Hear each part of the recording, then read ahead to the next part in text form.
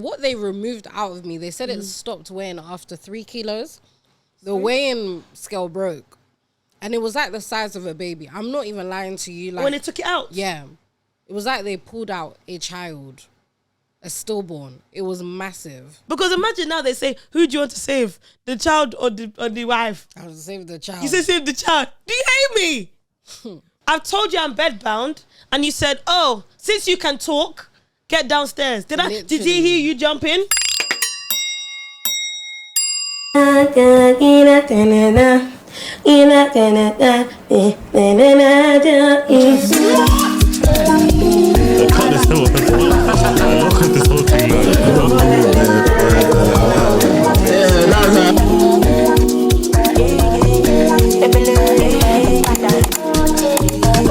Welcome back to another episode of the BYC podcast. Woo! You have to cheer. Woo! Yeah, the podcast where we debate a range of opinions in a lighthearted way through the eyes of a Christian. Now, I'm joined by someone very special, yeah? This girl, we met, this is going to come from my heart, this intro. We met at Mo Gilligan's shoot, the latest show. We were doing the away thing. I don't know if you've ever watched the latest show, but they do this thing where it's like they do the London headquarters versus another city, and we were in another city. And I met this girl when she was alone, and I was like, no, she's good people, like good body girl too. What? Face eating, good body, nice personality. I said, we should be friends. Little did I know that we were going to come together because she decided to even move to London. So now she can actually come on the show. This is a beauty influencer.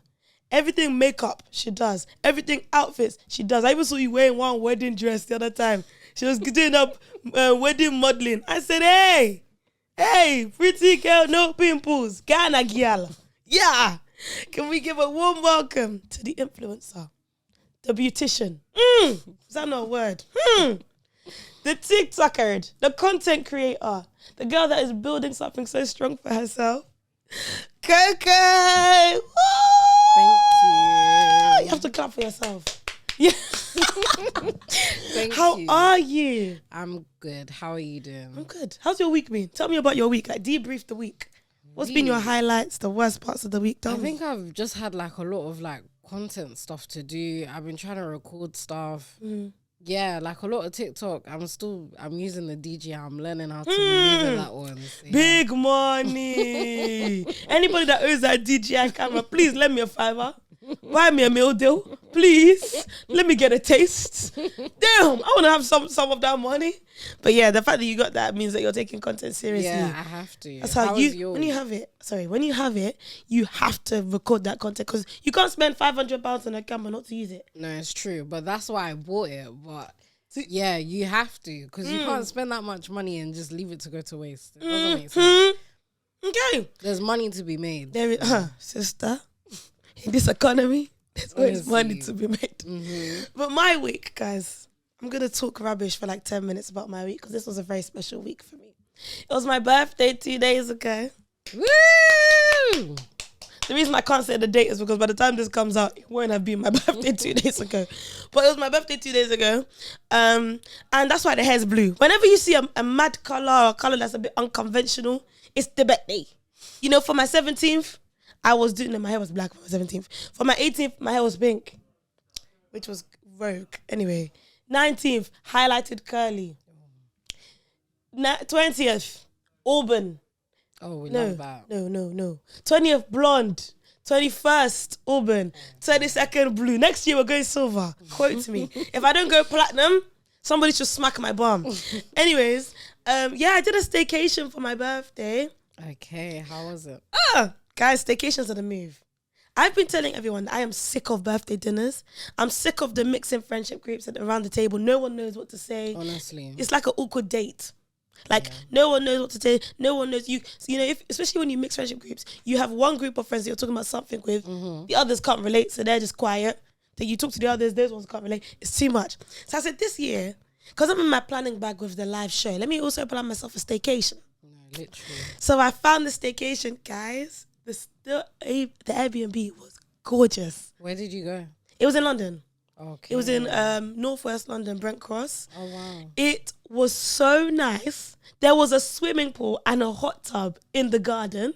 Behind the swimming pool, there was a trampoline and a garden. Did you there guys was a do barbecue. activities? We did. We only went for 2 days. So we went from the 4th to the 6th of August. And the 4th, we did like a come down with me with the boys, where they were meant to cook for us. And then on my birthday, the girls were meant to cook for them. Mm-hmm.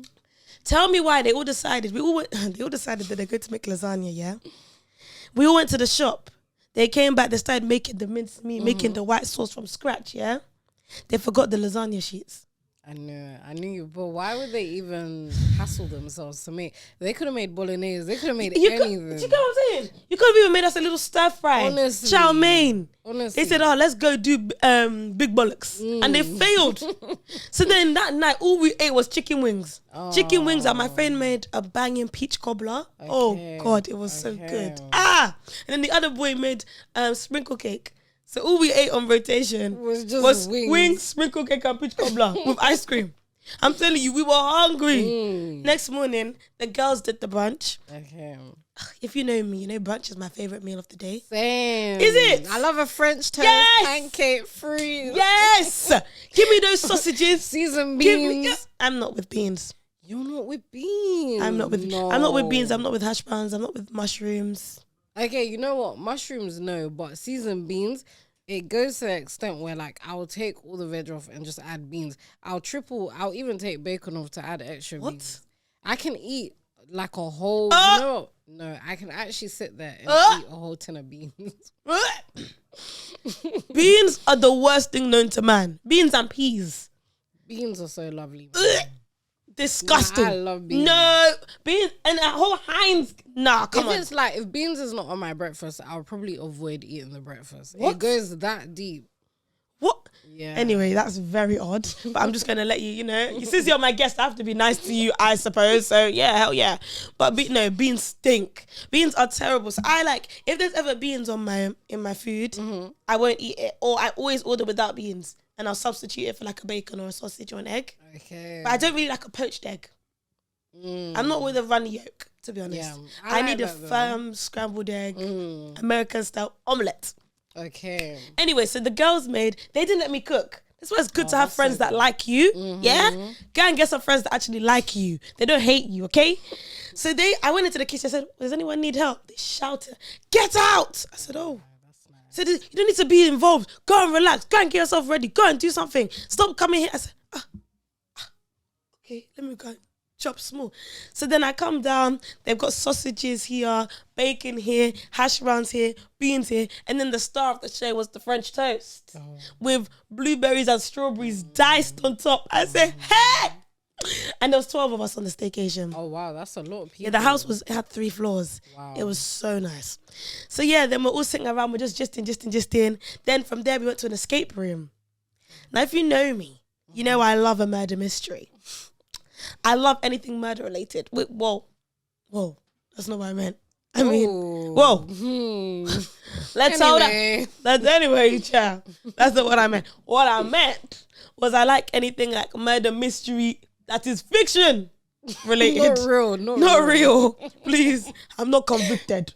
So yeah, we went to do an escape room that was based on the murder of Rose or something. One of those made up people. That we need to find the murder weapon. We were 15 minutes late, so we had 15 minutes less time to crack the escape room. Okay. If we had the 15 minutes, we would have done it. I'm telling you, it was so hard, but it was so fun. And I'm just like, oh my God, there's a clue there, the shoes, there's something there for a reason. Like, guys, trust me, I know what I'm talking about. Anyways, then after the escape room, we went back. Then because obviously I had a pool, we swam for about 2 hours. And there was so it started off with me and my other friends setting pace. You just need the 2 people to get in the pool first and everybody will join. Then they saw us swimming. One came down, he said, you're tempting me. Okay, let me get in. He got in. Another one came down. You're tempting me. Let me get. By the end, half of the house, 6 of us were in the pool. It was even 6 or 7. Some were in the hot tub, some were swimming. These men that used to go to war, sitting in hot tubs. Anyway, it as well. So yeah, and then after that we ate. They made the lasagna. It did bang. I'm not gonna lie, it banged. Okay, so they finally. So I guess after they went to go and buy the lasagna sheets, it banged. Yeah, they got me cupcakes. They got me a Millie's cookie. I've been saying that healed my inner child. It healed my inner child because when I was in school, yeah, I wasn't the popular kid. I was very shy. And all the Oyibo girls in my school, they used to buy each other Millie's cookie for their birthday with balloons. They would tie a balloon to the Millie's cookie and they'll be bringing it. Here's your present. But no one ever did that for me. So I needed it for myself. So my friends getting it for me really healed my inner child. Yeah. I hope you're enjoying my story. Are you actually enjoying this? No, I do. Or do you want me to shut up? You have to do everything to heal your inner child. It's so important. It's something true. So small can change, really just, honestly. It warms your heart. Yeah, literally. You just feel really happy with life. Life is worth living. It's a memory that you're never going to forget. Never. Never. It's always going to be on your mind. Yeah. Even you tell your kids. So yeah. I'm all for, something that might look silly to someone else can mean a lot to that Millie's cookie, even though I will eat it because the people that bought it, they will check on me every day to see if I'm eating it. Please, their money must go to good use. You haven't finished it. I just got it yesterday now. Do you know how big Millie's cookie is? Yeah. Millie's cookies like this. No, I've had quite a few in my time. Oh, sorry. But it was only when No, it's okay, Dangote. It was only when I turned into an adult. It's okay, Dangote. Yeah, whoa. I get Millie's cookies all the time. All right. No, I'm taking. But yeah. So then after that we did a games night and I did 2 games of, I made a Kahoot for all my friends who knows me the best. Okay. So we did that. That was so fun to watch. And then the second one was how old was I? So it was photos of me and they had to guess how old I was. And then we were gonna play Mafia, but everybody was very tired, so we went to bed. And yeah, that was basically the staycation. Sounds good. It was really fun. But I think that we need to start as a unit, as people, to do more staycations. But they say, I guess that's the biggest debate now. The sense of community has just gone out the window. Do you think? Getting people to come to a staycation, because I don't know the ins and outs, but getting people to pay, getting people to send depot, getting this, that sort of, back in the day, it would be just bring something. But nowadays, you have to tell people, send me the money and I'll get it. Because people don't even be showing up for you like that. So it depends, but that's why you said make sure you're friends with people that actually like you. Please, because I've been friends with people that don't like me, and they show you that they don't like you. Literally. Because they will never show up for you. They'll never go above and beyond. Literally. When it's people's birthdays, I do everything I can to show up for them. Yeah. Because I feel like that's the one day I can show you how much I care about you. You can't really do that. And you can do it on another day, but people don't tend to do that on other days. Yeah. So I feel like, people don't really show up, but thank God I showed up. And they showed up for me, which was very nice. So I had a great birthday, but more staycations. And it is true, getting the money is the hardest part. You feel like a beggar. Honestly. Please, tell me more. Please. Give me a dollar. I don't know why this happens, because it's we've all had birthdays. We all know how it feels yes. But it happens. We all know how difficult it is to get the money. So surely that should motivate us to be better. Literally. But no. Same story every different fonts. Same text, different font every year. We're tired. I don't understand. But at least you got there in the end. Yeah, we got there in the end and it was really good. So that was my week. And then I'm working tomorrow now, which is how. But glory be, we've turned another year. Yes. I'm a year older. So this year will bring new opportunities. Amen. Achievements as well. Amen. So, thank you, sister. You're welcome. Anyways, let's get into the show, guys. So, after my little chin wag of my birthday, I hope you guys enjoyed that. So, we normally do a segment on my show. Well, we don't actually. I'm starting a new segment because I'm trialing some segments because I have something coming, maybe a little rebrand or a new segment that I want to do. So we're trialing a new segment today, which is called State Your Piece. So I'm going to give you a statement. Okay. And we're going to basically debate the statement. Yeah? Okay. Before I get into the statement, guys, I'm going to tell you to like, comment, subscribe. When I say comment, I'm not joking, okay? Because you guys clearly think I'm having a laugh. This is not protocol. This is not, what's that thing? Second nature. I mean this. Comment. Say hi. Put an emoji. Say, we've missed you this week. You didn't post last week. Squeeze my bum small. Talk to me. Okay? So like, comment, subscribe, and turn the post notification bell on so you get notified every time I upload. If you're listening on Spotify, make sure you give me a 5-star rating because you already know this is going to be a good episode. Okay? Okay, now that we got that all out the way, let's get into it. So today's statement is, women's health is not taken seriously. What do you think? No. And it why? Really isn't. Tell me why. Well, I think I did some research. Like the gynecology, I think wait list at the moment is like 2 years just to be seen. Huh? Yeah. And yeah, people are getting diagnosed with so many things, especially like women. And it's like, you're not even being taken seriously. Like, I found out like a few weeks ago, periods are not actually supposed to be painful. Huh? But if you speak to other women and you look at stories, like, everyone's saying their periods are painful. Some, painful is even the least of honestly. Some people throw up every time they're on their period. That's hell. Yeah. They throw up. They're like, people that are literally like bedbound. One of my friends, if that girl's on that period of hers, you will suffer. She will not leave that bed. She won't eat for 3 days. She won't eat for a week. You won't hear from her. All she's doing is sleeping. Mm-hmm. She can't get up. And then men will say, oh yeah, but you can take the day off. That's a positive. To be bedbound? Yeah. But even getting the day off, that's they very don't give rare. you the day off. Because why? Are your bosses not men? It's so true. Your bosses are men, so majority of the time they don't care. They will never understand. Yeah. They may see it. They may be like, oh yeah, painful. We have seen it. Mm-hmm. They will never understand it. They won't. And also, it's like maternity leave. People won't employ you if you're pregnant. They won't. When you have like a condition, so when you have anything to do with like your reproductive system, any issues there, you're not like, it doesn't go down as like an actual illness that you can get support for. You have to really push for it. And there's like a lot of services and things that you can get support with that they won't tell you. Like even having like bad periods, if you are diagnosed with something, you can actually get like travel support when you're traveling. Yeah, you can get a wheelchair to the airport. Like, as you're going through the terminal, they don't talk about this stuff. They don't want you to know. They don't want you to know. You can get funding as well. You can go on benefits to a certain extent because you have an illness.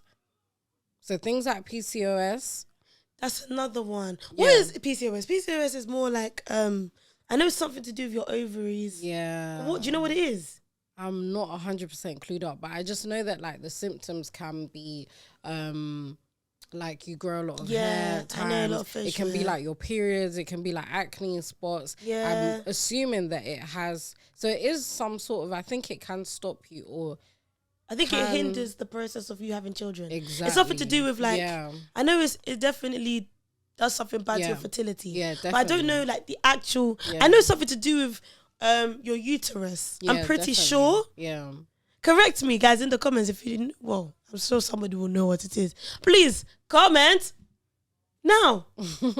So yeah, but damn, I did not know that you could get all those things. No, you can, but they won't tell you about these things. They don't want you to know. They don't until you go through like the system trying to like get support. Mm-hmm. That's when you'll find out all these things. And again, it's down to your own research. Like, even with me, obviously having fibroids and stuff, I was told that I'd be on the wait list for 2 years before I can have an operation. And they were just like, but you're not bleeding every day. You're not on your period every day. Like, there were some women that were literally bleeding through pads. And like the whole year, they've just been bleeding straight.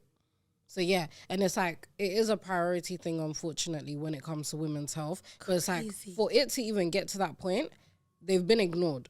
Like, all of this could actually be resolved if women were not ignored as much. So, yeah. I do feel like, I think even in like pregnancy, I feel like we're just not seen to ever be in pain. No. Like, women are never seen to be in pain. Like, they just assume that everything is okay. Literally. Just because I've now popped out 2 kids, you think I'm invincible? Did I ever tell you I was Iron Man? Literally. What the heck? Literally. Or like, I know a lot of black women have said things about how their pain is neglected when they're giving birth. Yeah, or like they will say I'm in a lot of pain and the doctor would be like, no, you're not. Even there was one time my sister-in-law must have told me that like she was saying, oh, like the baby's coming out now, and the midwife was like, no, it's not. To the point that one woman was like, let me just see what she's talking about, because they were ignoring her. The baby was coming out. Bro, they saw the head of the baby. She gave birth in, I don't know, you give, where do you normally give birth? Where do you wait before you give birth? Waiting area. No. Is it the maternity ward? Yeah. There's a ward that you wait in with other people before you go to a separate room to give birth. I ain't been there yet. Girl, me neither. I got some years to go. Hallelujah. I'm not there yet. Amen. But yeah, there's a room that you go to, and she had to give birth in front of everyone because they wouldn't believe her that the child was coming. And it's just so dehumanizing. Like, they really do. And you know what? I say black women as well, because with things like fibroid, like, yeah, everyone does have it. Like, it's not just mainly like, you know, people of color, but it's like it's more prominent in people of color. Because oh my gosh, if I tell you guys, I would go and sit in A&E. I think this year alone, I've had like 15 A&E admissions. Yeah. Don't worry, you're gonna tell us your whole journey in a second, bro. Yeah, they really do be ignoring you, and until you go through that, especially with black women. And even childbirth alone, when you go through that process, it's just so dehumanizing. Why do people still want to have children? Honestly. Like, it's actually kind of hell. Yeah, it is. Like, it's kind of hell when I know that in my most vulnerable state, you won't be there to protect me. Yeah. The people that are paid to help you, they don't even want to do it. Like, I feel like things like being a nurse, being a midwife, those are like passion projects. Yeah. You have to want to do it because you have someone's life in your hands. Definitely. Like, you genuinely do. Yeah. And I think some people like to misplace all of that. But off topic quickly, what type of birth do you want to have? Have you thought about it? You know what? When I had an operation and I got epidural in my back, and they use that to like, basically, not paralyzed, but like basically numb everything waist down. Yeah, and I can't do that again. I'm so sorry. I'm probably gonna have to try to do. Is it that bad? Yes. You know, like you have pains where like you just stop and your body just like literally locks. Like you have like a mini spasm, and it's just terrible. Like I can't do that. I'm so sorry. You know why this is so crazy to me? Because I've been telling everybody that I really want to I want to have epidural. It's painful. It's just like I thought it would be easier. No, it's painful. I mean, to be fair, some women are fine without it, but my mum is 62 now, and she says that she still feels the epidural pain. What? So it's almost like a muscle, like it will come back randomly. It's not like you're every day in pain, but it's like sometimes you will feel it that you had something go, because it goes through your spinal cord, the needle, and it's like that long. Yeah, so I don't know. Which long? This like long? That long, kind of. Yeah, I think that long. And you push like your body towards it as it's going into. But my back is hurting. Yeah, my back is hurting. I think this whole time I've been telling people, man, drug me up, man. I've been telling everybody, drug me up. I'm getting that needle on my back still. Man's getting that needle. But you know what? When they do put it in, you'll be under local anesthetic, so you're not even gonna feel like it'll feel uncomfortable. But it's the after effects. Like it's like now you start to feel like sugar. So that's why most people opt for normal birth, natural birth, or even I might do a water birth. I'm not gonna lie. I love to be one with water. Honestly, I like water. You know, me too. I like water. Yeah, I don't tell you I was swimming for 2 hours. Yeah, I'm gonna go back to Ghana and give birth. I beg. Ghana. Sister, please. Oh, you know what? Yeah, it's not the best. Sister, please. I'll go to the village. How does the village make that any better? You want them to be a natural birth. What? You can have natural birth here for free. Okay, Why would you take yourself to Ghana where they don't even have? You think England is bad? You want to take yourself to worse. You know what, Fez? What? Okay, yeah, Because if, God forbid, there's any complications, that's it. Right off. But I just want it to be natural. Like, you see, like the hospital, they put you on so many things inside. When you don't even read the fine print, you need to, and this is what I'm saying, you need to have a husband that actually advocates for you so much. Because when it's time to sign the papers, if there's anything to sign, to be like, if there's any issues, who we saving, or what are we removing, you need to have someone that's competent. I need someone to be, bro. That's why I tell you, I'm so fixed on having a man of God. Yeah, definitely. Because I need you to make a good decision when I'm not around. Like, that's the test for me. Can you make a good decision when I am not capable of making the decision myself? Literally. Can you do that? Because imagine now they say, who do you want to save? The child or the wife? I will save the child. You say save the child. Do you hate me? What? But then also I kind of, no, because I remember I was watching Grey's Anatomy and the man was like, save my wife because we can make another child. I can't make another wife. I hear it. But I guess the woman would, if it was the other way around, save your husband or save the child. The woman would probably save her child. Yeah, but she can... Did I lie? I don't know. I'll be real. She would only save the child because it was in her body. Yeah. I feel like she's got the biological connection. Yeah. But whereas like a man, this is nothing to you. Like, it's just like, he's not even met the child yet. Yeah. That's the thing. It's not real. It is sad. It is very sad, but obviously, in like, you can't find another wife. You could, but it's like, it just doesn't make sense. Save the wife. But then it's also dependent on the discussion. Some women might be like, if anything happens to me. Yeah, save the child. Yeah. Would you be that? Hell no.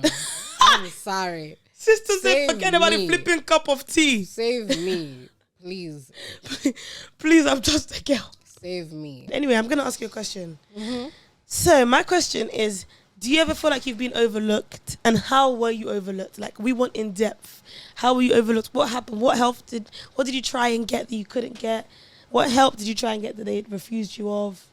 So I had like something gone with my heart.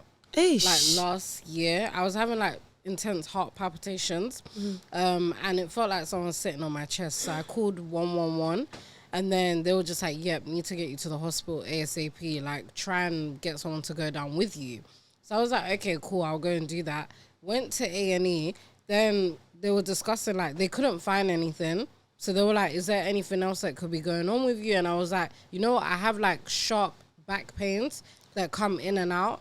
And then I was like, even my abdomen, like, I'm in a lot of pain to a point where sometimes I can't walk. I'm Why did crawling. you never get help for that before? They just didn't help. Wait, so you did ask about the crawling time? So that was, so the crawling time, I thought that was linked to my heart. So I was just like, sometimes I'll be crawling on the floor and I wouldn't know what to do. Now, prior to this, I'd already mentioned it in like 2022 to 111. And I was like, I'm having like stomach issues. And they were like, you might just have IBS. So make a diary of like what you eat and then log it. And then obviously like, it might just be that you're not good with dairy. Oh, it was everything. Yeah, it was all of that type of stuff. Everything but the real diagnosis. Everything but the real thing. So then when I did end up going, so I went to St. Thomas's last year, I think in the summer. And then obviously had the heart stuff. Then later on I explained to them, and then they said they're going to refer me to my GP. Now, obviously, this is a bit tricky because it's like I was in and out of London at the same time. So I was in Notts and London. So my GP was in Notts and then my, the hospitals I was visiting was in London. So obviously, it was a bit difficult. I don't know if like there was miscommunication, but then when I did finally go back home to Notts, I basically had a like follow-up with the GP and it was a man that I saw. And I was explaining everything to him.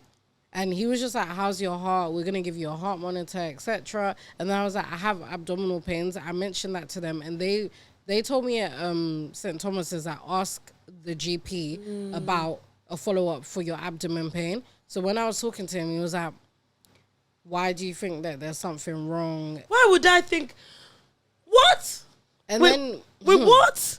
And then he was just like, the session's 10 minutes, so you're going to have to book another appointment. I was like, okay. So I'm telling you that I'm crawling, and you think this is the acceptable time to say, it's only I have lunch to go and eat. Yeah. It's time for me to go on my lunch break. So he was like, book another appointment. And then prior to it, like, he could see the frustration on my face. So he was like, have you tried contraception? And I was like, I didn't even, like, I was just like, no. And before I could even say why, he was like, are you trying for a family? And I was like, no, like I don't want to be on contraception. Just quickly, I flipping hate the fact that people say, are you trying for a baby? Honestly. To say that you're like chopping. It's like, just say, are you getting your back blown out? Like, why are we pretending to be classy? Do you know what I mean? Like, every time someone's like, oh my God, we're trying for a baby, I'm just like, so something in my head starts going like, what the flip? Anyway. You're so funny. No, because... Anyway, for a baby, I'm trying for, so you guys are chopping. Thanks for letting me know. I did not ask. Sorry. So he was just asking like, why don't you want to go on it? And I was just like, that isn't what I've come here to tell you. Like, I have pain and you're giving me a poor resolution. Like, it doesn't even correlate. And then he was just like, a lot of women suffer with bad periods. So like contraception works for them. I said, that's good for them, but I will not be going on that. So then I left. And then fast forward like January, I had a lot of pain again in my stomach, and the ambulance was supposed to come out. And then they were like, we're going to come out. And then they called me, and they were kind of like, I said I couldn't move. I was stuck to my bed. And then they called me and were just like, they called again to be like, someone's going to call to like confirm your address and stuff. Because obviously I was staying at a friend's at the time. And then they called to confirm like the address. And then they were like, you sound like coherent. Like you sound like you're okay. So they were just like, can you make yourself... Can you get yourself... I've told you I'm bedbound. And you said, oh, since you can talk... Get downstairs. Did he hear you jump in? Yeah, literally. So then after that, they then sent me to one GP hub. I went to that GP hub and spoke to another practitioner. And that was even like I think it was a nurse, but she was actually black. When I got there, she was just like, are you pregnant? Are you pregnant? And I was like, no, like, I'm not having active sex. Like, and then, yeah, she was just like, oh... yeah, I don't know, we're going to do a pregnancy test anyway. And I'm like, I'm not, like, and it's like, that has been the story of my life. Like, even when I did go to that other doctor, like, back home, it was just like, oh, we'll do a pregnancy test to make sure you're not pregnant. But I told you I'm not pregnant. Unless I'm married. Then I don't know how a baby goes. Unless I'm married. No, seriously. Like, no, like, honestly. So it was annoying. So then, obviously, even with that, I was just like, you can do the test. It's going to show you I'm not pregnant. I've done this like 10 times now in every hospital. And then she was just like, oh, came back. You're not pregnant. Duh. And then she was nice just shit, like, Sherlock. Honestly, so she made me sit down. And then she was like, I had to lay on my like back. And she was like, do you like go gym? Like, do you do like core body strength, all that type of stuff? I was like, no, like I'll go gym, but I won't be doing like, you know, like weighing lifts and stuff. So then she was like, okay, your stomach is hard. She was like, your stomach is so hard. And she's like, no, this is not normal. Oh, now it's not normal. Now, like, before it's pregnancy. Honestly. And she was like, you need to go to the hospital ASAP. And then I was like, but it's the weekend, like. I want to turn up. Yeah, like, I was just like, nah, like, honestly, because it was already like 4 p.m. at this point. And I'm thinking, why am I going to spend all this time going to sit? It was on a weekend as well. And no shade, no tea. Like, apparently, even on a weekend, like, the doctors are not the best. Like, it's just anyone coming in. They don't give a rat's ass what's going on. Like, literally. So I was just like, yeah, I was just like, yeah, I can't lie. So she kind of showed me the way and was like, go on Monday, go early in the morning, avoid certain hospitals. Is it? Because some of them are terrible. I'm not going to say too much. But which ones should we go to? I went St. Heliers, but I'm hearing Mayday is avoid. But even if you just heard that Mayday is... Yeah, everybody knows. That's what I was born there. Yeah. God help me that I came out alive. But that Mayday, God will bless you. Just if you need anything, go to, I don't know. Honestly. What's the one in Orpington? Princess. Yeah, and then there's obviously St. Thomas's and guys. But certain hospitals, just do your research, guys, because if not, you are going to receive nothing but drama. So I ended up going there, waited there like the whole day. I got there like 9 a.m., didn't leave till like 7 p.m. And then I was told that I might have cervical cancer or fibroids. Oh, thanks. But they didn't give me like no medication, nothing. They just sent me home. And I was crying. So wait, hold on. So if they've said, oh yeah, you may have cervical cancer, they didn't do no tests? So they were like, they did a CT scan and that came back with something on there. So it was like, she was like, it's definitely one of the two. So it's not going to be like anything else. And then she was like, we'll book it. Yeah, she was like, we'll book an MRI. And then I just got sent home. Like, and I was in physical pain. I didn't have no medication. They didn't like put me in overnight. They were just like, yeah, like, we'll let you know when we have the MRI dates available. And then that was it. So what happened now? So because it was quite serious in terms of like, so I think they like fast track you if you've got like anything to do with that. So I did get an MRI appointment like 3 days after, and it was on that same week that I went in. So they did the MRI, and then I didn't hear nothing till like March. From which month? January. From January till March? So I went to the hospital the first time on the 6th of January. I didn't hear nothing till like mid-March. This is so bad. It's so bad. And then it was only when I went to another hospital, because I tried to go back to that hospital to get admitted again because I was in a lot of pain.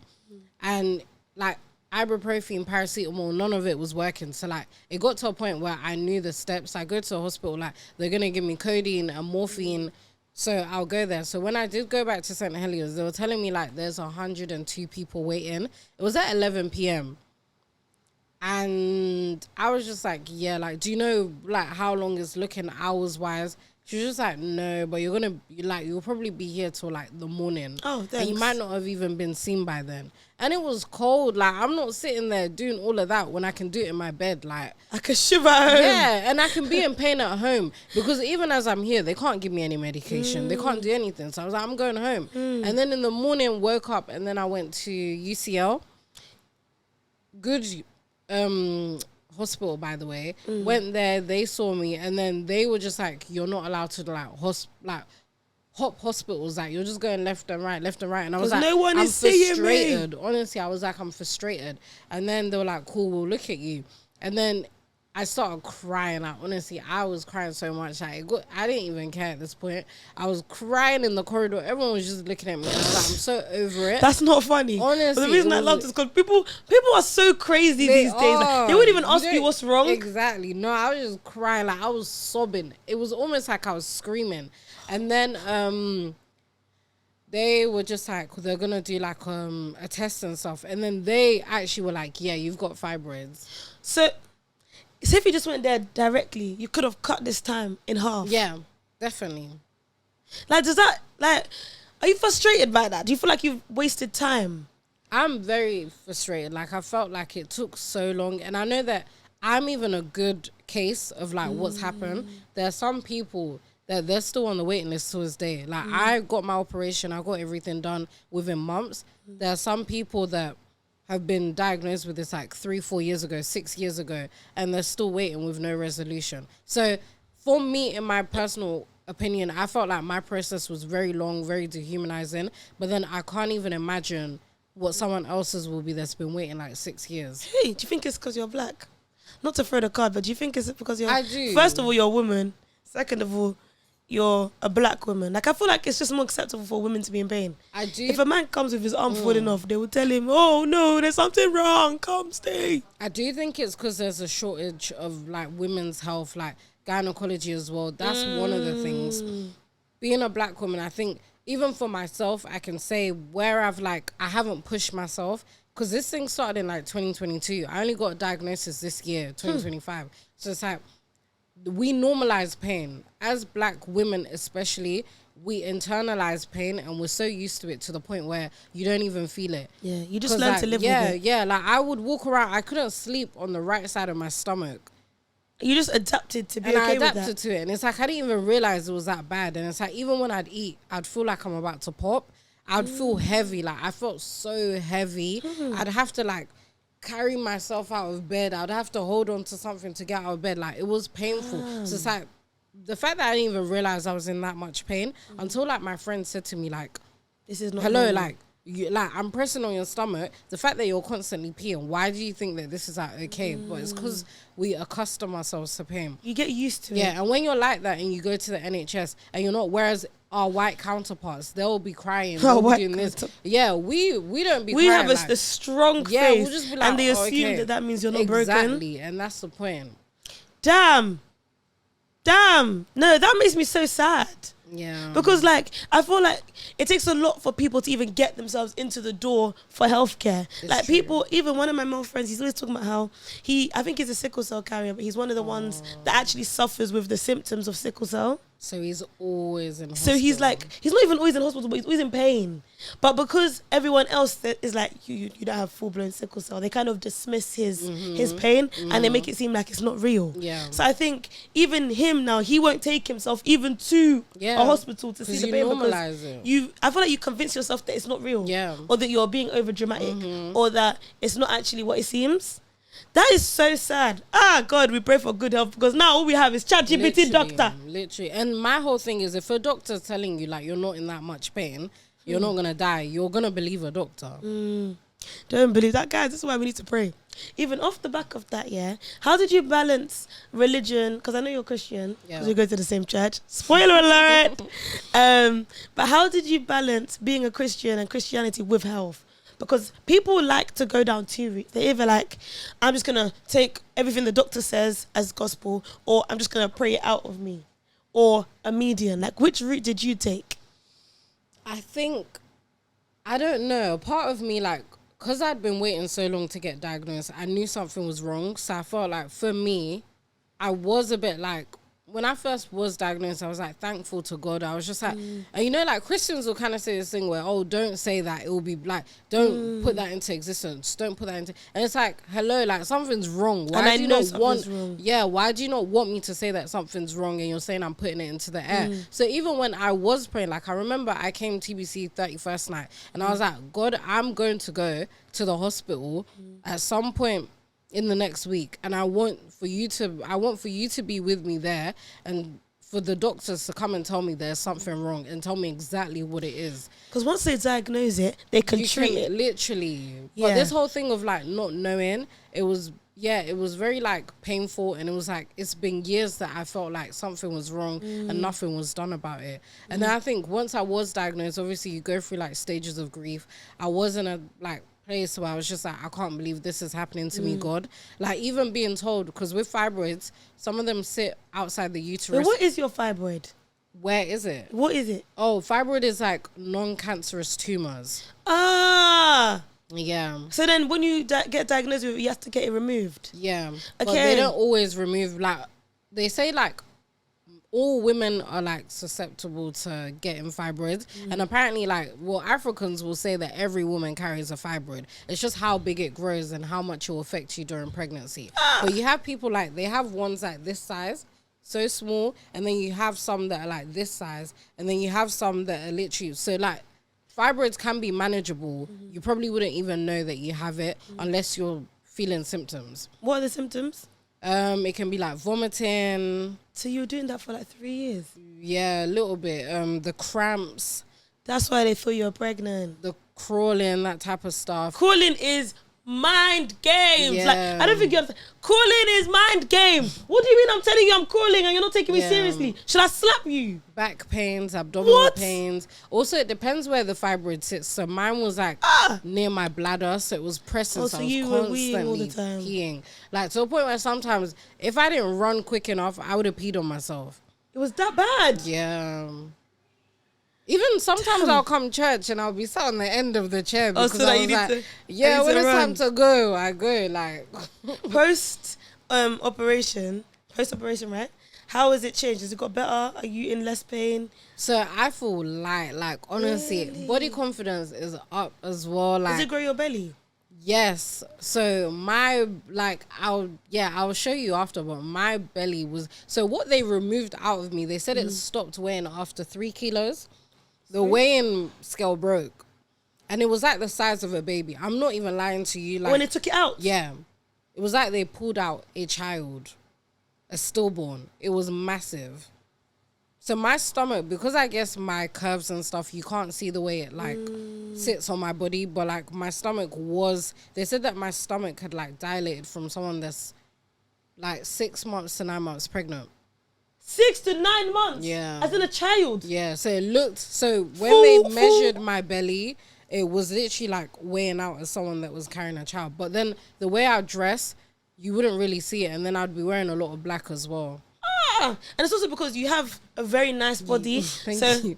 Got together in. Yeah. You have a very nice body. So to them, it's just like, oh, this is just stuff that comes with having a nice body. Yeah, but damn. It was horrible. I'm so sorry. No, I'm happier now. Like, honestly, I do feel a lot better now mentally.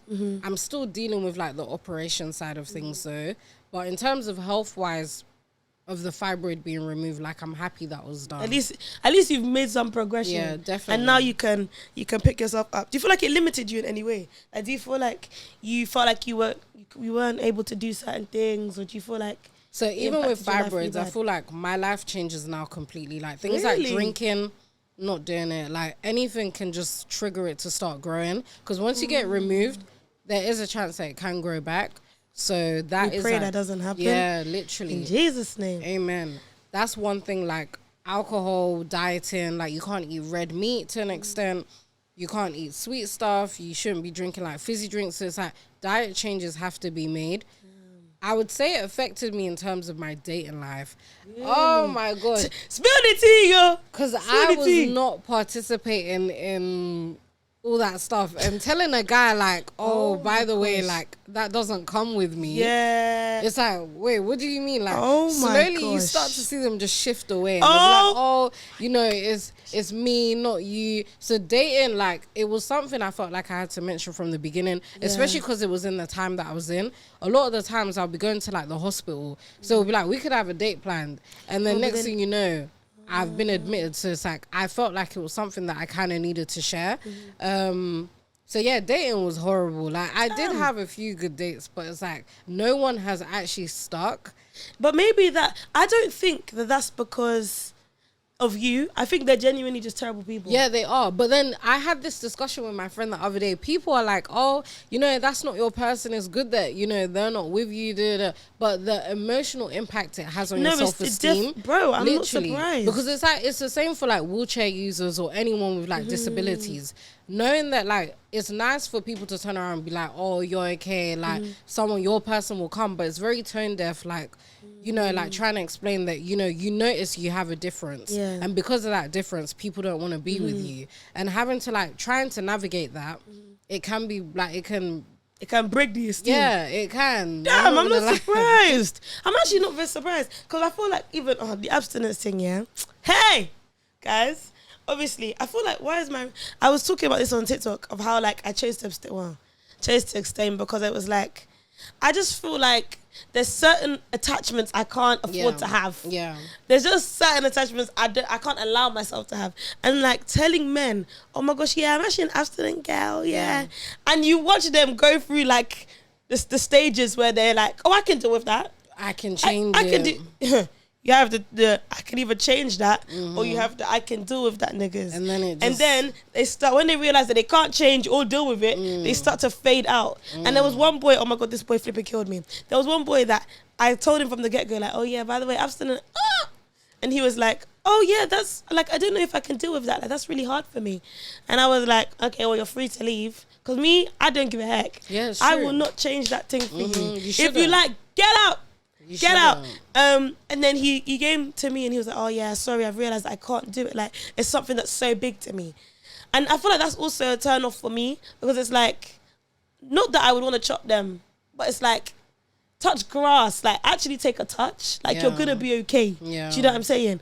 And then he came back after 1 month. I was like, oh yeah, went for the girls that I could chop and they weren't as good as you. Oh, did I take him back? No, because I'm not a dickhead. Am I stupid? I think sex really blurs people's minds. I think even for me, I was just like, I don't want to have sex with anyone, because going through what I've been through, no one, like, men will not be there for you like that. Just even seeing like this harshness with like, oh, you know, that's not something I can handle. Why on earth, like, knowing what women go through, we carry children, we go through pregnancies, knowing that we go through that, and you just open yash to everyone. Can you imagine? I'm not doing it. Oh yeah, come, let's bite your bum. Let a nigga bite your butt. Yeah, I'm not doing it. Like, they don't deserve it. I'm so sorry. And it's like, I just can't give it to someone that's like, I know. And especially with these guys, a lot of them, like, some of them were cool. Like, they were like, you know what, I don't want to do it anyway until you're like better or whatever.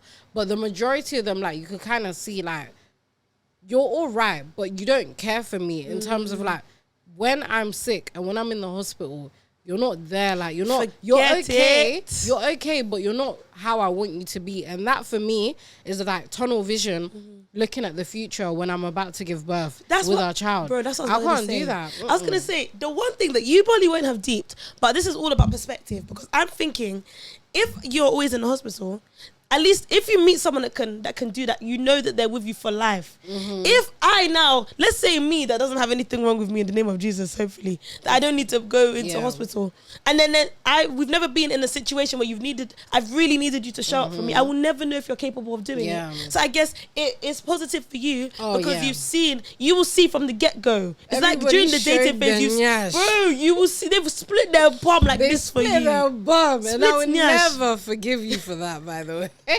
All of you. She's talking to you. I don't even know if I can say all of them. Say all of them. Yeah, all of them. And some of them, it was so bad. They shouldn't have done what they done, because it's like, they're even in fields, medical fields. So it's like, you know how you should deal with people. You didn't. And if you can't deal with just coming with me to a hospital visit, how are you going to deal when I need you to carry the child? Honestly. How are you going to deal when it's time for me to give birth, you're holding my hand, and now you need to make a decision? Do you see what I'm saying? Like, you saw it as a negative thing. I see it as a positive. No, I definitely, and that's what I'm saying. It was stages of grief, because it's like everything on a whole. It showed me a lot about myself as a person. It shows me what I want to accept from people. It's just obviously the self-esteem, but even then, being able to see like people not show up for you is an eye-opener, and it's good. You need that, because even in terms of what I expect from a man has changed so much now. When you're not sick, you don't expect like, oh, how's a man gonna be when you're in hospital? You don't think about, but now you do, like any little thing. Even because I was dating someone previously before I got diagnosed, and I would like kind of complain to him and be like, my periods are so bad, and I'll kind of get like just like this passive aggressive, like, oh, like you always complain type of vibe. And it's like, if I had a partner that was actually like, nurturing. You know what, babe, this isn't right, let's go to the hospital. I'm pushing you, go to the hospital. I probably would have got diagnosed way earlier, and that's what I'm saying. So it really opens your eyes, and now for anyone moving forward, it's got to be like that. Do you have any advice for the people that like are struggling to get healthcare, or they just feel like there's something wrong with them but they're just getting overlooked? Keep going to A&E. Go every single time. Like, the moment you feel the tiniest thing, go. Tell your workplace as well. They have to accommodate you being sick. I've been off of work since like January. I'm only going, like, I'm starting to slowly ease back in. Make sure you use that. Work will have things in place. Even if they don't, like, you can sue. So I'm not gonna lie, like, go to so go make some money out of them niggas. Go to the hospital, go to A&E, sit there, even if it's 11 hours, sit and wait. Because when there's a history of you constantly coming, call 111. When there's a history of everything and you're constantly showing up, they can't push you away, and eventually they're gonna have to listen to you. So do that. And if you need someone to advocate on your behalf as well, go with a friend, go with a family member that can just, they throw a lot at you, and it's like they almost want you to be put off and like go home, or they want you to like just not panic. But that not panicking is what makes things prolong, and then, you know, you're on a waiting list for even longer. So when you're going and you need someone there, get them to stay there and listen to the words that they're saying. Try and record. Obviously, make sure to ask for consent, but record conversations as well, just so you can go back home and recap on it later as well. And ask questions. Because at the end of the day, and just show up for yourself. As much as like even your friend was saying like they don't want to go to A&E, they can't be bothered. If you don't go and fight for yourself, who will? Come on, mommy. Give me 5. Yeah. Because even I would say on your behalf, be dramatic. Yeah, you have guys, to. I'm so dramatic. Over-exaggerate everything. But because really and you truly, have to. But really and truly, is it even over-exaggeration? And I said this to even my friend. She was like, but Jess, when I'm going to like A&E, most of the time, like I can walk. But she was like, but Jess, there's been times where you've been crawling. So what does that even mean? Like, crawling is, I can't literally. get over that. So she was like, when you go to the hospital, you have to think of your worst day when you've been sick. And that worst day is not a lie, because it's happened before and it probably will happen again. So when you're going, it's not even about faking being dramatic. It is the truth. And black women, please start crying. If you have to cry about your grandma that died 15 years ago, cry. Because really and truly, you actually do want to cry. But you just don't know how to express yourself. Get to crying, like, I'm telling you. Get to crying, nigga. Get to crying. Yeah. Hell yeah. Like, I feel like any little thing, keep going. Because I always say to people, the doctors don't need you. You need them. So you better fight for them like your life depends on it. And they only know what you're telling them. It's the same way, like, they can only go based off of symptoms. So if you're, like, how bad is the pain? If they ask you how bad and you're saying 5 out of 10, You better go and tell them 10. Yeah, and they wouldn't even know that you're lying. The same way they misdiagnose people is the same way you can also fake your symptoms. I'm so sorry to say, like... Yeah, it's true. And also, I would also say, pay attention to the people that are there for you when you're sick. The people that bring you food. The people that come. Because let me tell you, you always tell who cares about you by what they do when you're ill. Yeah. There's been times when I've been sick and men have... That's when they start doing nice things. I'm like, oh, wow. You actually... like me. That's when I have this joke. I was like, if you ever want a guy to leave you alone, tell him you're sick, broke, or depressed, and he will go or ask for money. He will be clear of you. So yeah, I definitely agree there are some that are nice. I think for me it was my friends and family. There was such a huge village for me. I could rely on them for support. Like some of my friends live in like East, and they were traveling all the way down to that village that we live in. So I really do appreciate them. Even my sister, she's a nurse. Shout out to her as well. But she was there when I had my operation. Shout out. She helped me to start even walking after my operation. So yeah. Oh, that's good. Yeah. Well, I feel like this was a lot more of a deeper episode. Yeah. But I feel like it's something that needs to be spoken about. Yeah. You know, I feel like it's a conversation that needs to happen. But yeah, you know what? We might as well. We'll do one trash or treasure. Just to end. Yeah, so basically, not trash or treasure, sorry, tell me a time. Because as you know, I have a card game. Don't look at the box. I'm not good with card games. No, it's not one of those. So the card game is basically you pick a card and it will say, tell me a time when, and you'll tell me a time when that thing happened to you. Okay. So pick a card and read it. You trusted someone and they betrayed you. Oh, gosh. Tell me a time when you trusted someone and they betrayed you. What, is this got to be serious or can it be fun? It can be anything. I feel like my sibling. I feel like, I'm so sorry. I feel like there's been times where I trusted my little sibling to not eat my food and he went and ate it. So. You know what? That's the worst thing that can happen to a man. Have you ever done a thing where like you're out, you're at school, you're thinking about the food you're going to eat when you get home. And you get home and that food is not there. And you ask somebody who ate it and they just ate it because, like in my household, like what irritates me is that things will go missing and like no one will respond. You ask like, where did it go? And they'll just be like, no one will say anything. Like, you just won't, it won't even be like, I don't know, I didn't eat it, I haven't seen it. It will just be no response. No response. So you just move on. in real life. Yeah, you just move on and you leave Damn. That's why I think I'm kind of lucky that I don't have all the siblings. My siblings don't live with me, but I do have a dad, which has its difficulties. But I because my siblings don't live with me, I guess I get to keep majority of my food. But I would be so angry if my food and drinks were just disappearing. I would have to blow somebody up. Honestly, till this day, like when I used to put labels in it. When I pack food, I be getting para. Like I be taking it to my room because it's like I don't trust you people. Damn. No, hell yeah. Hell yeah. But thank you guys so much for watching. If you've got to the end of the episode, make sure you comment BYC. What did I say? BYC. Okay, comment it. And we will be back again soon. What am I going to tell you guys? Let's guess. Subscribe. Okay, like the video. And, you know, I need some encouragement. I'm trying to retire my parents. Okay? So, from me and Coco. Actually, before we go, where can we find you on the internet? Oh, my name on Instagram is Cocohantos. So it's COCOHANTOS. And then it's 2 S's on TikTok, 3 S's on Snapchat. But I'm everywhere. She's everywhere, child. So, from me and Coco, it's over and out.